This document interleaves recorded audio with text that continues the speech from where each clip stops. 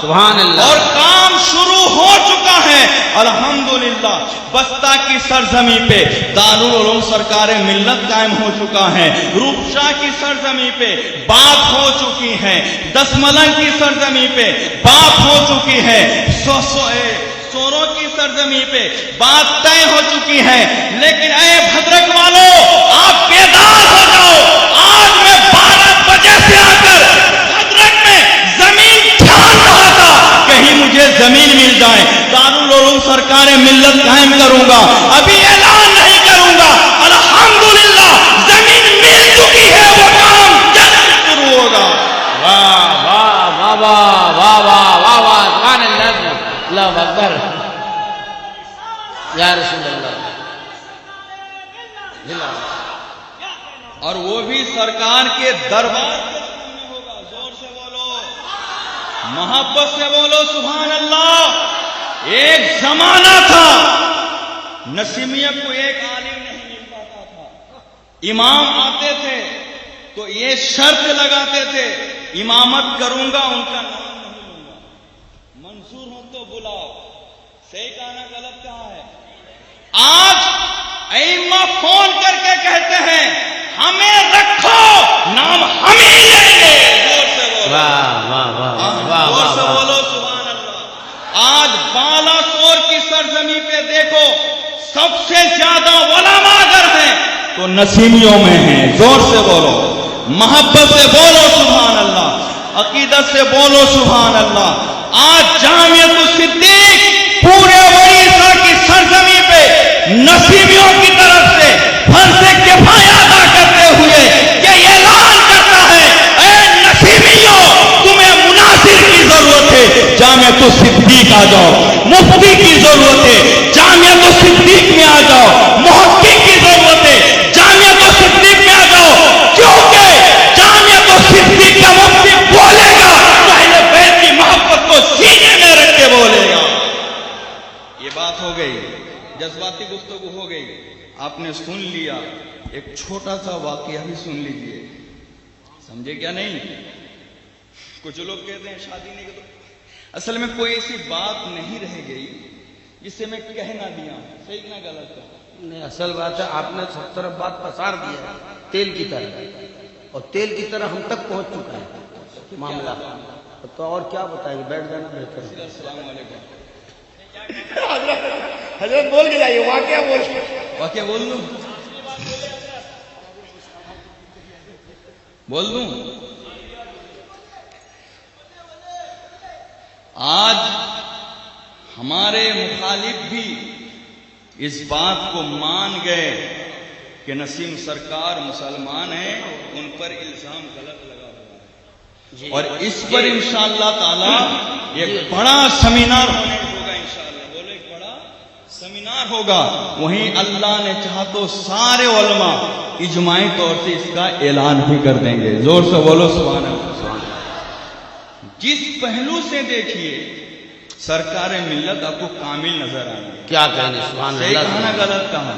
میں ایک واقعہ بتا دینا چاہتا ہوں، ایک چھوٹا سا بچہ تھا، چھوٹا سا بچہ ابھی صحیح سے راستہ چلنا بھی نہیں سیکھا تھا، لڑکھڑاتے ہوئے قدم سے آگے بڑھا کرتا تھا، کسی کی نظر لگ جاتی ہے یا جادو چڑھ جاتا ہے، اچانک کھلی آنکھ بند ہو جاتی ہے، ماں بےتاب ہو جاتی ہے، پڑوس والے بے قرار ہو جاتے ہیں، محلہ کے لوگ ماتم کناں ہو جاتے ہیں، ہر ایک کی زبان پہ یہی گیت ہے، یہی ہر ایک کی زبان پہ سوگ کے الفاظ ہیں، اب یہ نہیں رہا، دنیا چھوڑ گیا ہے، اب اس کی زندگی نہیں ہے، رمق باقی نہیں ہے، اب اس نے دنیا کو الوداع کہہ دیا ہے۔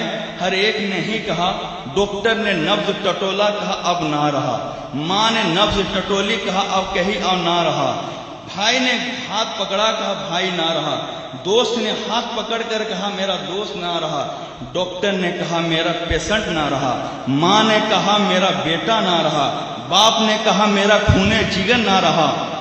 اسی میں کسی نے آواز دی، یہ تو ڈاکٹر کا فیصلہ ہے، یہ نہ رہا، باپ کا فیصلہ ہے، یہ نہ رہا، ماں کہتی یہ نہیں رہا، سبھوں نے تو کہہ دیا، چلو اولاد غوث سے بھی پوچھ لیتے ہیں، یہ رہا یا چلا گیا، یہ رہا یا مر گیا، یہ اس کی زندگی باقی ہے یا ختم ہو گئی ہے، یہ تو سب کا فیصلہ ہے، ذرا اولاد غوث کا فیصلہ لے لیتے ہیں، ان سے پوچھ لیتے ہیں، مرتی کیا نہیں کرتی، ماں روتی ہوئی، تڑپتی ہوئی، بلکتی ہوئی اس مرد کلندر کی بارگاہ میں پہنچی، جنہیں مجاہد ملت جھک کر ادب کے ساتھ سلام کیا کرتے تھے، اس مرد درویش کی بارگاہ میں ماں اپنے بچے کو آنچل میں چھپا کے لے کے پہنچتی ہے، آنسوؤں کے سیلاب بہا ہیں، جن کے تلوے کو وقت کے شہنشاہ چما کرتے تھے، ماں بلک کے آتی ہے، اولاد غوث کی نظر اڑتی ہے